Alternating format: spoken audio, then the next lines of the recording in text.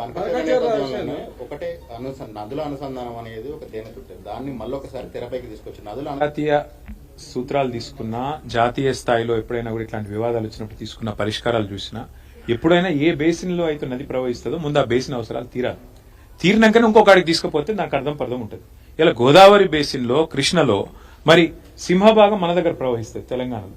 ఇక్కడ అవసరాలు తీరకుండానే ఇక్కడి పారిశ్రామిక అవసరాలు గానీ ఇక్కడి సాగునీటి అవసరాలు గానీ తాగునీటి అవసరాలు గానీ ఇప్పుడు రేపటి రోజున హైదరాబాద్ లో గానీ కరీంనగర్ లో గానీ ఇంకా ఇతర పట్టణాల్లో గానీ 24/7 డ్రింకింగ్ వాటర్ ఇవ్వాలనేది మా కళ. మేము గతంలో కరీంనగర్లో ప్రయోగం చేసినాం కూడా. మరి అట్లాంటి అన్ని ఇంకా తేల్చకుండానే ఎన్ని నీళ్ళు అవసరమైతే లెక్కలు తీయకుండానే కిందికి నీళ్లు వృధాగా పోతున్నాయి మేము పట్టకపోతామంటే ముందు బేసిన్ అవసరాలు తీరనియండి. బేసిన్ లో డెఫినేషన్ రానియండి. నికర జలాల్లో మా వాటా ఎంత, మిగులు జలాల్లో మా వాటా ఎంత, ఎవరు తేల్చాలి? ఇది కేంద్ర ప్రభుత్వం తేల్చాలి. కేంద్ర ప్రభుత్వం నియమించే మరి ట్రైబ్యునల్స్ తేల్చాలి. అవి తేలకుండానే మేము నీళ్లు కొంటపోతాం. మా చేతిలో ఇలా కట్టి ఉంది కాబట్టి కట్టెతో బర్రెని ఎటుపడతాట అల్లించకపోతాం. కేంద్ర ప్రభుత్వాన్ని రేవంత్ రెడ్డి జుట్టు మా చేతులు ఉంది కాబట్టి మేము ఆడిచ్చినట్టు ఆడతాం. మా కోవట్టు పరిపాలిస్తున్నాడు తెలంగాణ కాబట్టి ఫుట్బాల్ ఆడతామని చంద్రబాబు అనుకుంటే దాన్ని ఖచ్చితంగా వ్యతిరేకిస్తాం. తప్పేమున్నది దానిలో? మరకచెర్ల విషయంలో మీరు కావాలని దుష్ప్రచారం చేస్తున్నారు. అక్కడ ఏమీ లేదు. ఏమీ లేకపోతే మాకు గొడవ ఆంధ్ర ప్రజలతో ఎంత మాత్రం లేదు. ఆంధ్రాలో ఉండేది కూడా రైతులే, ఆంధ్రాలో ఉండేది కూడా ప్రజలే. వాళ్ళ మంచి కోరుకునే వాళ్ళని తప్ప వాళ్ళ చెడు కోరుకోం. కానీ మేమేమంటున్నాం, తెలంగాణలో ప్రవహించే సింహభాగం ప్రవహించే గోదావరిలో గాని కృష్ణలో గాని మా హక్కు తేల్చండి అని కేంద్రాన్ని అడుగుతున్నాం. తప్పేముంది?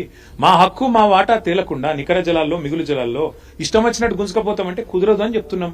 మరి మీరు చెప్పే స్ఫూర్తి కరెక్ట్ అయితే మరి కాళేశ్వరం కట్టినప్పుడు అడ్డుకున్నది ఎవరు? చంద్రబాబు నాయుడు కాదా? ఉత్తరాలు రాసింది ఎవరు? ఇదే ఆదిత్యనాథ్ దాస్ కాదా?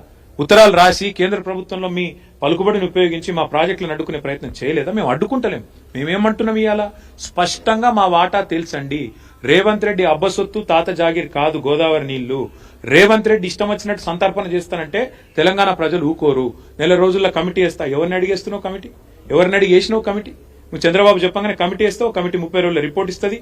కమిటీ ఇచ్చే రిపోర్ట్ ఫైనల్ అంటావా? ఎవరికి ఫైనల్? నీకు ఫైనల్ కావచ్చు. తెలంగాణ ప్రజలకు, తెలంగాణ రైతులకు ఎట్లా ఫైనల్ అవుతుంది? నీకు అంతగానం ఉంటే నీ ఇంటి నీ ఇల్లు అమ్మి చంద్రబాబుకు విగ్రహం కట్టు, మేము వద్దంటలేం. కానీ నువ్వు చేస్తున్నది ఏంది?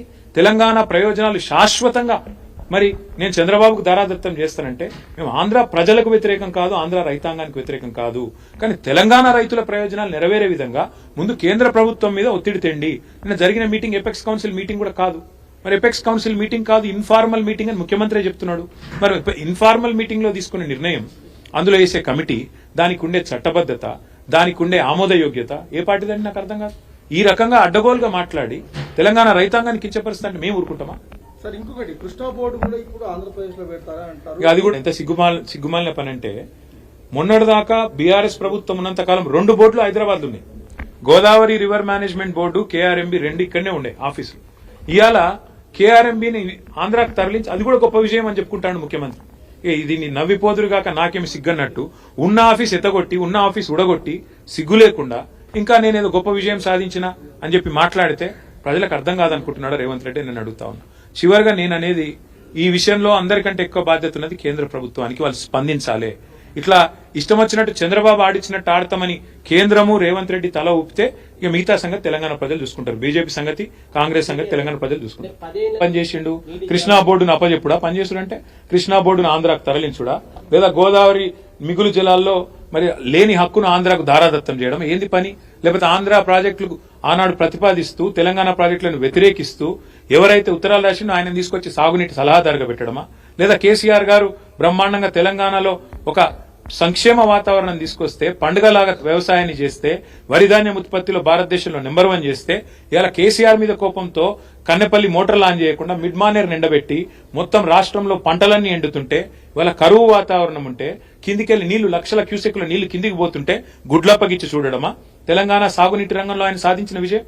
గోదావరిలో ఈరోజు బ్రహ్మాండంగా మోటార్ లాంచ్ చేస్తే కన్నెపల్లిలో ఏ కరువు ఛాయలు లేకుండా ఇలా నార్మల్ పోసుకున్న రైతులు ఎదురు చూస్తున్నారు. ఎప్పుడు వాన పడుతుంది?